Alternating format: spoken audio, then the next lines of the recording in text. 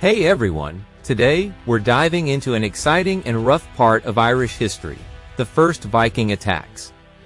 It all started in the year 795, when a group of Vikings, likely from Norway, attacked small islands near Ireland.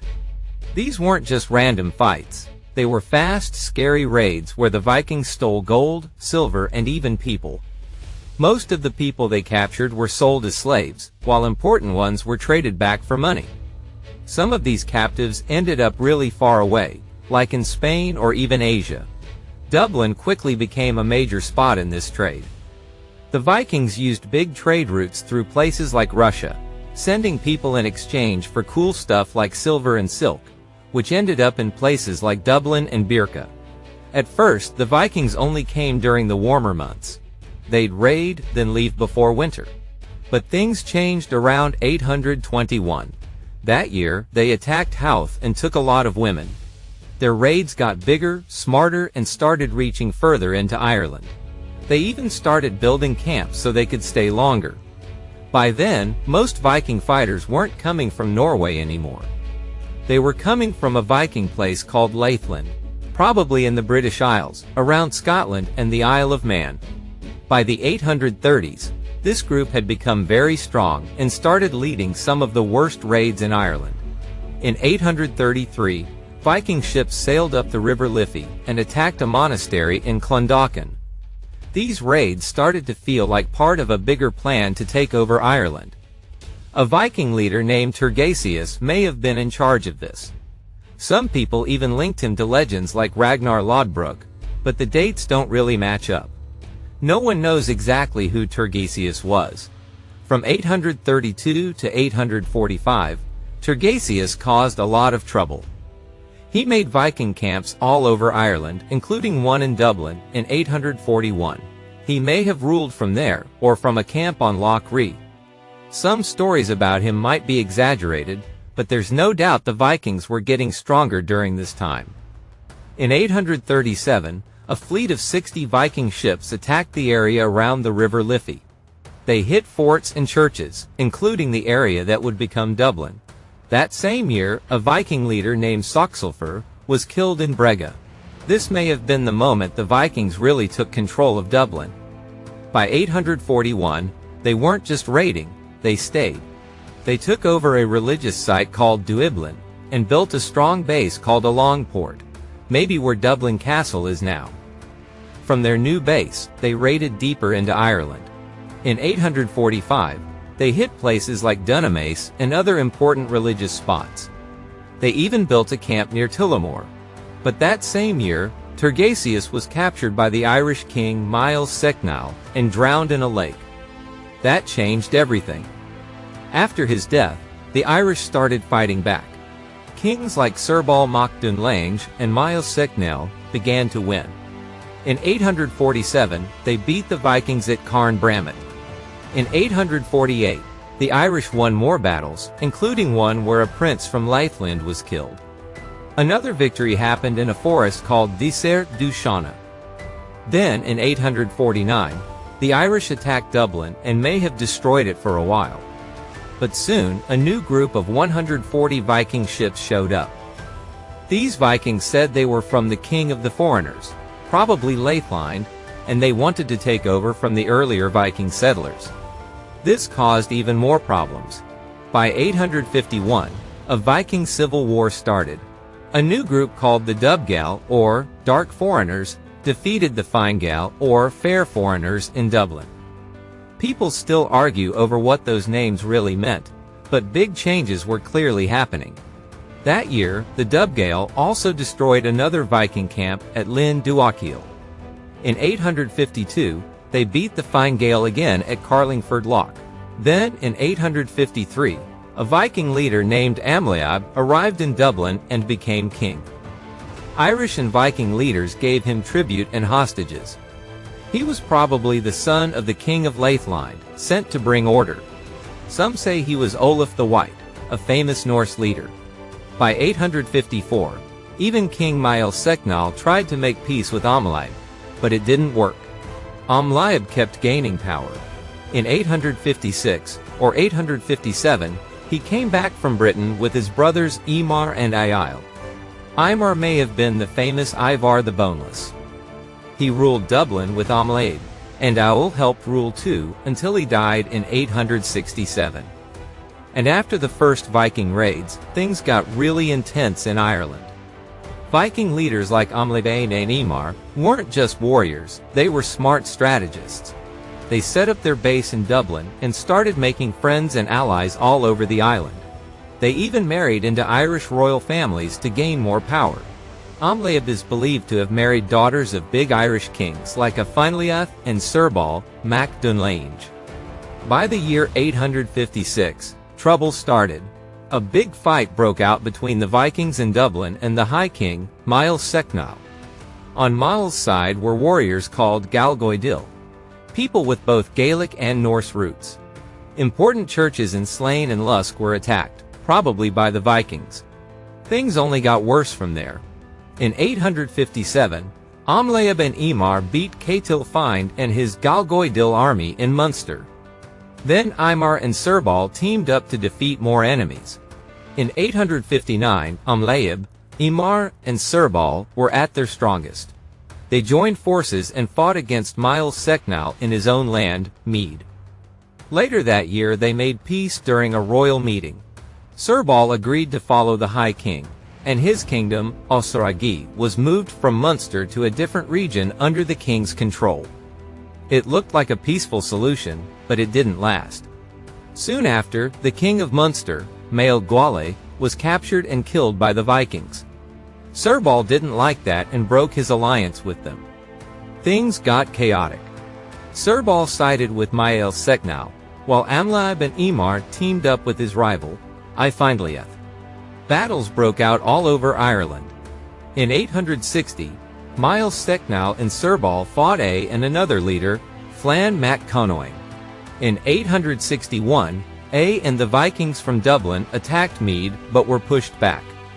In 862 they tried again, but the raid ended when Miles Secnall died. Finliath became the new High King. When became king, the fighting picked up again. The Vikings worked with a man named Lorchan mac Cacel, who wanted to be king of Mead. In 863, Amlaed, Eamar, Aiel, and Lorchan attacked a place called Brega. They even robbed the ancient tombs in the Boyne Valley, which was seen as very disrespectful. That same year, the king of Leinster, Morcán mac Diarmata, was killed by the Vikings. But things turned again. Finliath captured Lorcán and blinded him, and Amlaed killed his own co-ruler, Concobar mac Donacada. Then the focus moved to Britain. In 866, Amlaed and Aiel attacked the land of the Picts in Scotland, and came back with riches and prisoners. But they fought over a woman, and Aiel was killed. Some say Amlaed did it. Around this time, Eamar and a relative named Halfdan joined the Great Heathen Army, which was attacking England. English stories talk about leaders named Ingwer, maybe Eamar, and Uba. This army arrived in East Anglia in 865. Took over York in 866, and kept pushing into other parts of England. By 869, they defeated King Edmund of East Anglia. Eamar may have also gone back to Scotland to help his father, Gofraid, during a rebellion. Even with all the trouble, Eamar and Amlaed were still powerful. In 870, they attacked and captured Dumbarton, a strong fortress in Strathclyde, after a long siege. They brought back tons of loot to Dublin. That same year, they also worked with Finliath to attack another place in Antrim. Their battles across Ireland were harsh and left destruction behind.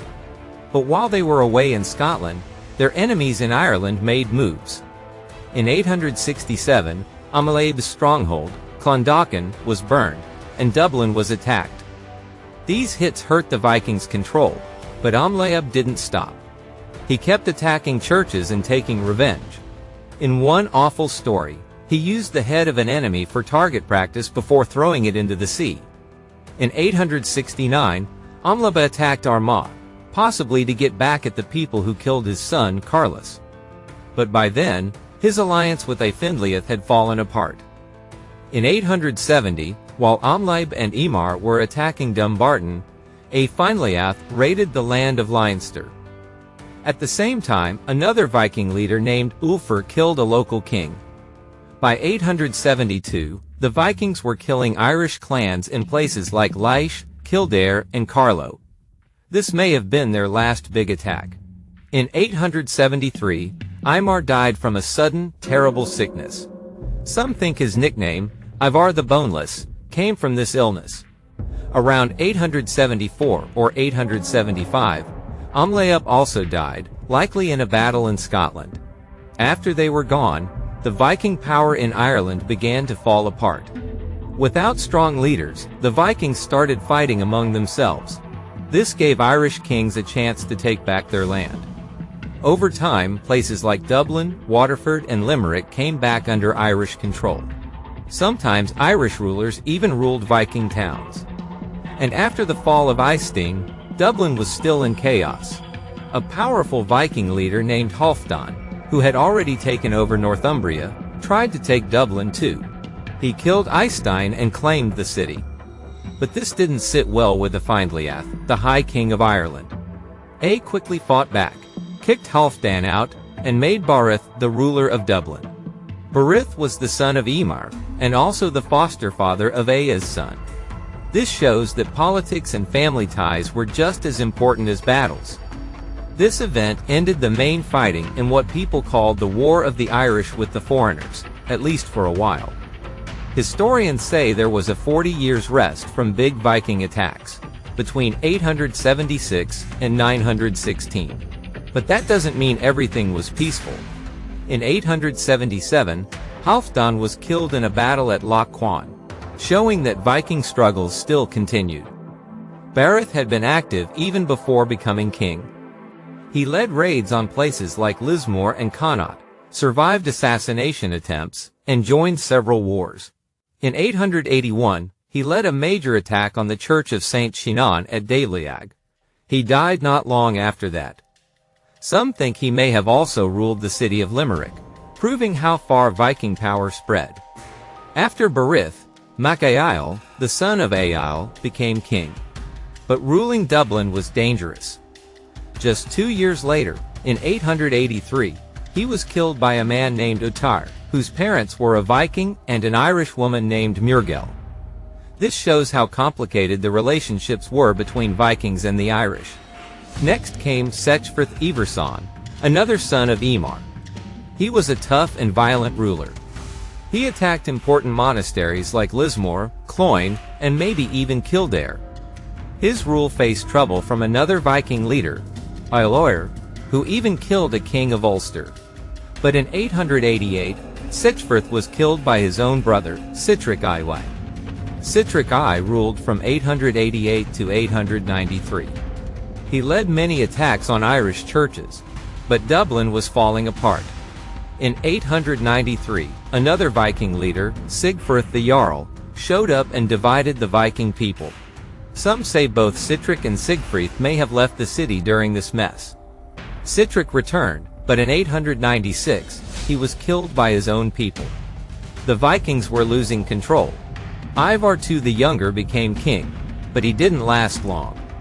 In 902, Irish forces led by King Sirbal of Leinster and Maelfindia of Brega launched a strong attack.